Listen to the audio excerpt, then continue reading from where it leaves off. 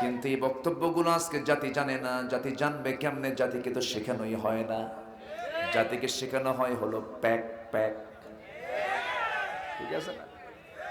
জাতিকে শেখানো হয় হলো লাল গরু।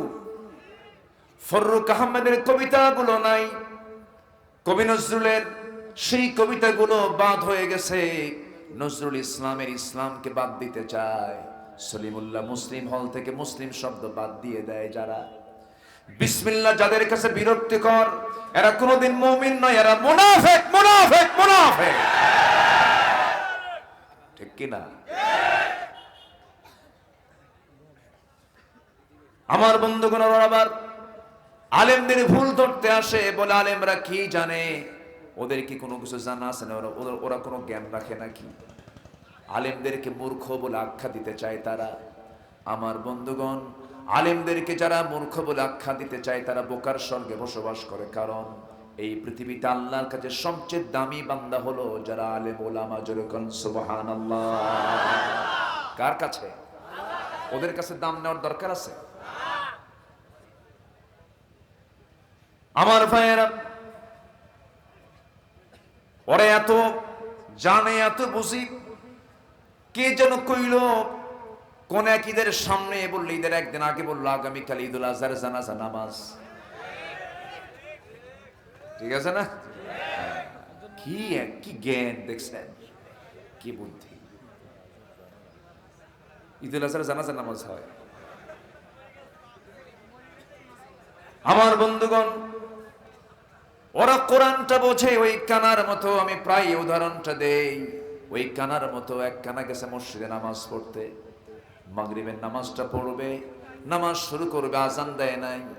ওই কানা অন্ধ লোকটা ইমামের সামনে বসে ইমামের সঙ্গে গল্প করতেছে। গল্প করতে করতে হঠাৎ করে দুজনের মধ্যে বাকবিতণ্ডা শুরু হয়েছে, ঝগড়া। আজান দিয়ে ফেলছে, ঝগড়া থামছে। নামাজে দাঁড়াইছে ইমাম।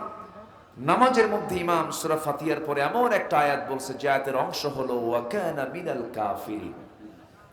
কানা মনে মনে চিন্তা করে, গন্ডগোল হলো কিছুক্ষণ আগে, আর নামাজের মধ্যে ফতোয়া জারি হলো আমি কানা কাফের।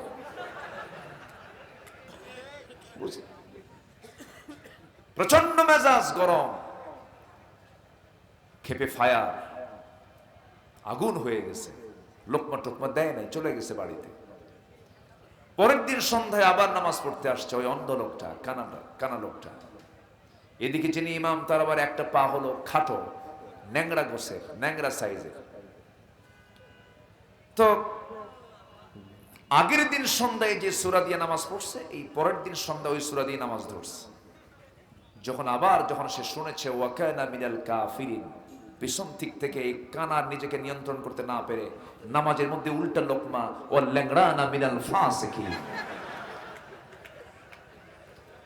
আমি কানা যদি ন্যাংড়া হই, আমি কানা যদি কাফের হই, তুই ন্যাংড়া হলি ফাসিক।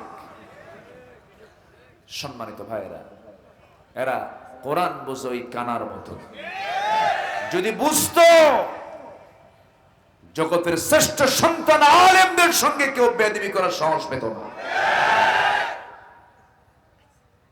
সম্মানিত ভাইরা, কথা তো অনেক জমা হয়ে আছে, অনেক কথা জমা হয়ে আছে। তবে আকলমন্দ, ইশারা বা সচেতন ব্যক্তির জন্য ইঙ্গিতটা যথেষ্ট। যত বড় জালিম পৃথিবীতে আসুক, ফেরাউনের চাইতে বড় জালিম কেউ আসবে না। সেই ফেরাউনকে কিন্তু সুবায়া মারছেন। আসতে বলবেন না কে?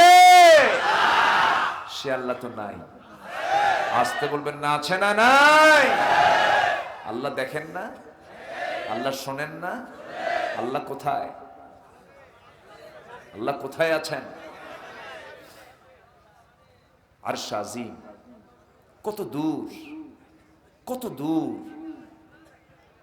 যেটা মানব চিন্তার বাইরে। মানুষ কখনো তার নিজের চেষ্টায় সেই জায়গায় যেতে পারবে না।